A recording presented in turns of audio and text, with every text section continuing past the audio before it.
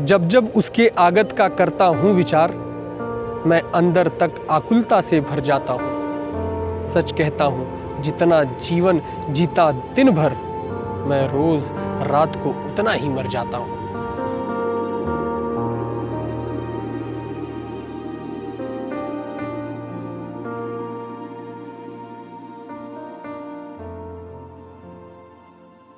नमस्कार।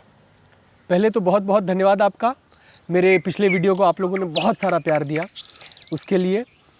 मध्यंतिका ये इतनी प्यारी कविता क्यों है, ये आपको दूसरे भाग में पता चलेगा।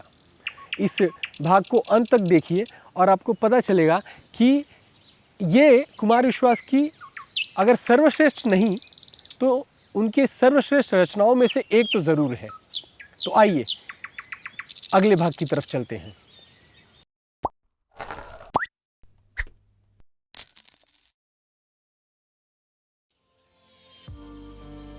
मैं सोच रहा था जबकि समय की कुंठाएं कल ग्रंथ पुराने इसके सम्मुख बाँचेंगी, कल जबकि नपुंसक फिक्रों वाली सच्चाई इसके आंखों के आगे नंगी नाचेंगी। यानी जैसे जैसे ये बच्ची बड़ी होगी, आने वाले समय में जब इसे इसके पिता के बारे में, इसके पिता की असलियत पता चलेगी तो क्या होगा। जब पता चलेगा कहीं किसी छत के नीचे मेरा निर्माता पिता आज भी सोता है, इस टॉफी खेल खिलौने वाली दुनिया में संबंधों का ऐसा मजाक भी होता है।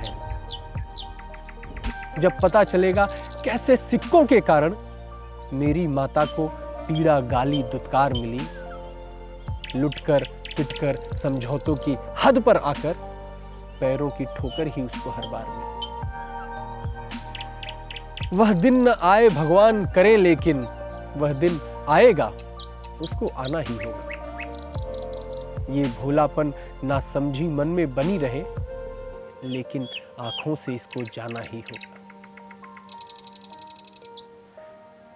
तब हो सकता है पीर सहन ना कर पाए, सारी मुस्कानें उड़ जाएं और वह रो दे। जितनी स्वभाव की कोमलता संयोजित की, उतनी प्रतिहिंसा के मेले में खो दे। यानी जिस दिन उसको इस सच्चाई का सामना करना पड़ेगा, हो सकता है टूट जाए वो लड़की। जितनी स्वभाव की नाजुक थी, उसके बजाय वो बदला लेने की सोचने लगी।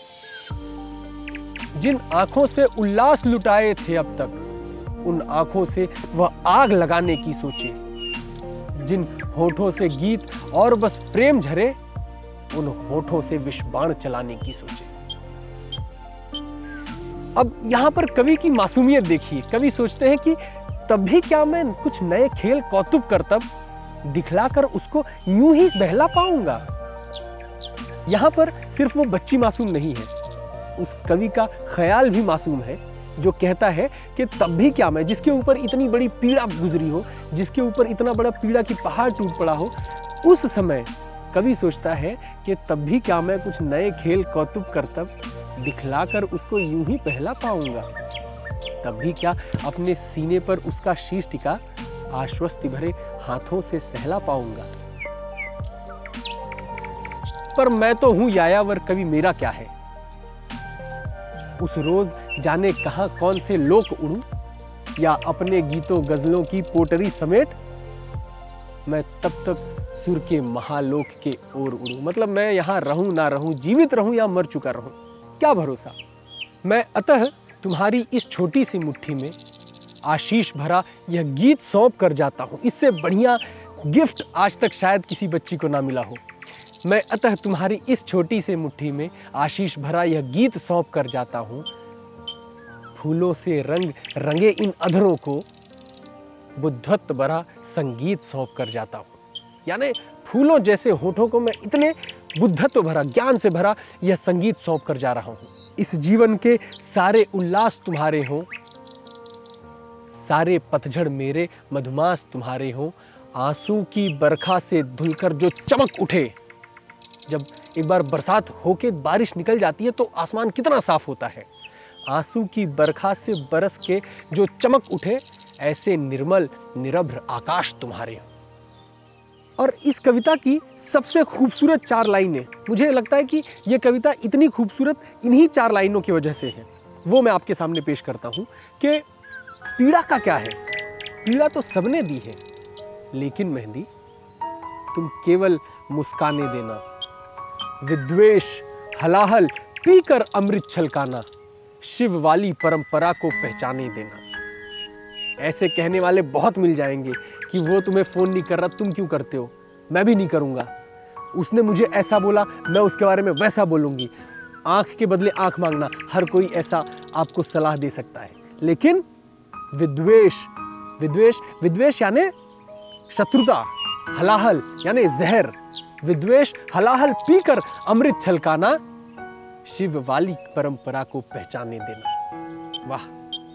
और इस कविता की आखिरी 4 लाइन के आंखों की पानी से कालिख धोकर, आंखों के पानी से कालिख धोकर इस धरा वधु की शुभ्र हथेली को रचना, आकाश कभी जब मांग भरे इसकी मेहंदी, तब रंग गंध का बन प्रतीक तुम ही रहना, तब रंग गंध का बन प्रतीक तुम ही रहना।